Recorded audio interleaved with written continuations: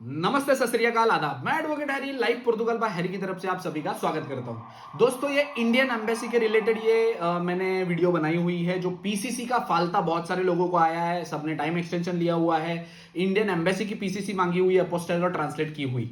तो 2-3 क्लाइंट भी आए थे अपने यहाँ पे ऑफिस में, जिन्होंने कहा कि सर हमने इंडियन एम्बेसी के लिए वो सीटीटी से सारा हमने अटेस्टेशन करवा के फिर भेजा था, बट 2-3 दिन में हमारे घर पे हमारा लेटर वापिस से हमें भेजा, उन्होंने रिजेक्ट कर दिया। तो उसका रीजन क्या है, क्या करना है, और इंडियन एम्बेसी की पीसीसी बनाते वक्त आपको क्या चीजें ध्यान में रखनी है। हालांकि हम इंडियन एम्बेसी के रिलेटेड कोई काम नहीं करते, तो हमें इस बारे में कॉल या मैसेज करके ना पूछा जाए कि हम करते हैं या नहीं, हम नहीं करते। ठीक है, तो अभी मैं आपको क्लियर कर देता हूं। सबसे पहले तो इंडियन एम्बेसी की जो पीसीसी है, जो अपॉइंटमेंट आप लेते थे, वो अपॉइंटमेंट अभी बंद हो गई है, सिस्टम बंद हो गया है 1 तारीख से। इसके बावजूद कुछ लोग हैं जो फ्रॉड करते हैं, बोलते हैं हम आपको डायरेक्टली 2 दिन में अपॉइंटमेंट दिलवा देते हैं। तो प्लीज उन सभी लोगों को रिक्वेस्ट है, कोई भी अपॉइंटमेंट के लिए पैसे ना दो इंडियन एम्बेसी में, क्योंकि पीसीसी के लिए अपॉइंटमेंट लेने भी बंद हो गई है। ठीक है, पीसीसी बाय पोस्ट भेजनी होती है। तो अभी पीसीसी बाय पोस्ट कैसे भेजनी होती है? सबसे पहले तो आपको आपका एप्लीकेशन फॉर्म भरना होता है। एप्लीकेशन फॉर्म आपको वेबसाइट से आप भरोगे, उसके बाद इंडियन एम्बेसी के पोर्टल खुलता है, जिसमें आपको आपके सारे डिटेल्स भर के आपको 27-28 यूरो पेमेंट करनी होती है इंडियन एम्बेसी के टूवर्ड्स।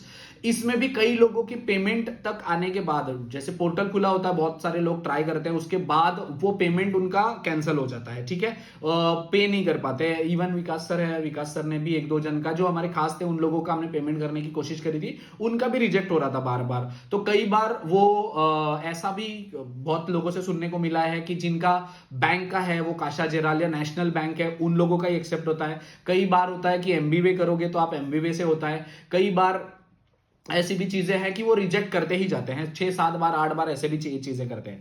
तो पेमेंट रिजेक्ट होने के कुछ रीजन ये भी हैं। मैंने किसी क्लाइंट ने मुझे एक वीडियो भेजी थी, जिसमें उन्होंने बोला हुआ था कि, जो कि मुझे भी अच्छा लगा कि हाँ सही ये रीजन हो सकता है कि क्योंकि उनके पास कुछ पेमेंट गेटवे जो होता है वो डाउन हो जाता है। कुछ जिनको आप पेमेंट करते हो इंडियन एम्बेसी को, तो जितने लोग पेमेंट करते हैं, तो फॉर एग्जांपल उनका 100 का आंकड़ा होगा, 100 के आंकड़े के बाद वो एक्सेप्ट नहीं करते होंगे पेमेंट रे।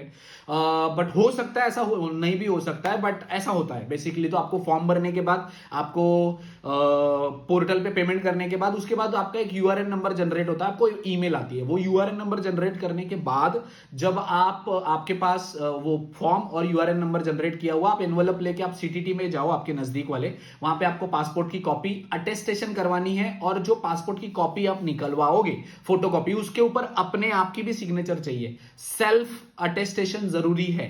आपके पासपोर्ट की कॉपी पे आपका साइन करना जरूरी है। उसके बाद आप सीटीटी में जाकर उसे, जो आपका ओरिजिनल पासपोर्ट है वो शो करके आप उसे जो ऑथेंटिकेशन है वो करवाएं, और उसके बाद एनवलप में डाल के आप वहां पे उनको सेंड कर सकते हैं। एनवलप के ऊपर आपको यूआरएन नंबर आपका लिखना है। तो 3 मेजर चीजें हैं इसमें। सबसे पहले तो अभी वेबसाइट मेरे ख्याल से 1 हफ्ते से बंद थी, आज ही चालू हुई है, जो अभी शायद कल से आपको वापिस से मिल जाए, या बहुत ज्यादा ट्रैफिक होती थी, वो ओपन ही नहीं होती थी वेबसाइट। ठीक है, तो ऐसे भी लोगों के कॉल आए थे कि सर जी ओपन नहीं हो रही है, क्या करें। तो हम इंडियन एम्बेसी के रिलेटेड काम नहीं करते, बट मैं इंफॉर्मेशन देना चाहूंगा। सबसे पहले तो आपको फॉर्म भरना है, फिर आपको इंडियन एम्बेसी के पोर्टल पे जाके आपको पेमेंट करनी है। पेमेंट करने के बाद आपको सीटीटी जाना है। सीटीटी में जाओगे तो आपके पासपोर्ट का, ओरिजिनल पासपोर्ट और उसकी एक कॉपी लेके जानी है। उस कॉपी पे आपको अपनी सिग्नेचर करनी है, और वो आपको वहां पे सबमिट करनी है और ऑथेंटिकेट करनी है अपने पासपोर्ट की कॉपी को, और उसके बाद आपको वहां पे सेंड कर देनी है रजिस्टर पोस्ट के साथ। That's it. इतने में ही आपकी पीसीसी 1 से 1.5 महीने में बन के आ जाएगी, सारा वेरिफिकेशन वगैरह सारा होके। इस रिलेटेड अगर आपको कोई भी इंफॉर्मेशन या गाइडेंस चाहिए होगी, तो वीडियो के नीचे ही कमेंट करना, कॉल मैसेज ना करना, क्योंकि इसमें मैं आपको इससे ज्यादा कोई इंफॉर्मेशन नहीं दे सकता। ना ही हम इंडियन एम्बेसी के रिलेटेड कोई भी काम करते हैं। ठीक है, बट अगर आपका रिजेक्ट होने के चांसेस होते हैं, तो आप पेपर, आपका जो पासपोर्ट की कॉपी निकालोगे, उस पर अपनी सिग्नेचर करना बहुत ज्यादा जरूरी है, क्योंकि वो रिजेक्ट कर रहे हैं। तो मेरी रिक्वेस्ट है कि आप वो जितने भी फॉर्म है, सब फॉर्म पे आप अपनी सिग्नेचर कर दो, कोई प्रॉब्लम नहीं। जहां पे ब्लैंक स्पेस है वहां पे आप सिग्नेचर कर दो। फॉर्म के ऊपर भी आपको एक सिग्नेचर करनी होती है, जो सेकंड फॉर्म होता है, वहां पे आपको सिग्नेचर करनी होती है। पासपोर्ट की कॉपी पे सिग्नेचर करनी है। जुनता या फिनांस की जो भी कॉपी आप उसके साथ में लगाते हो, वो भी लगानी है आपको। ठीक है, रेस्ट अगर इस रिलेटेड आपको कोई भी इंफॉर्मेशन या गाइडेंस की जरूरत होगी, तो आप वीडियो के नीचे कमेंट कर सकते हैं। Thank you so much.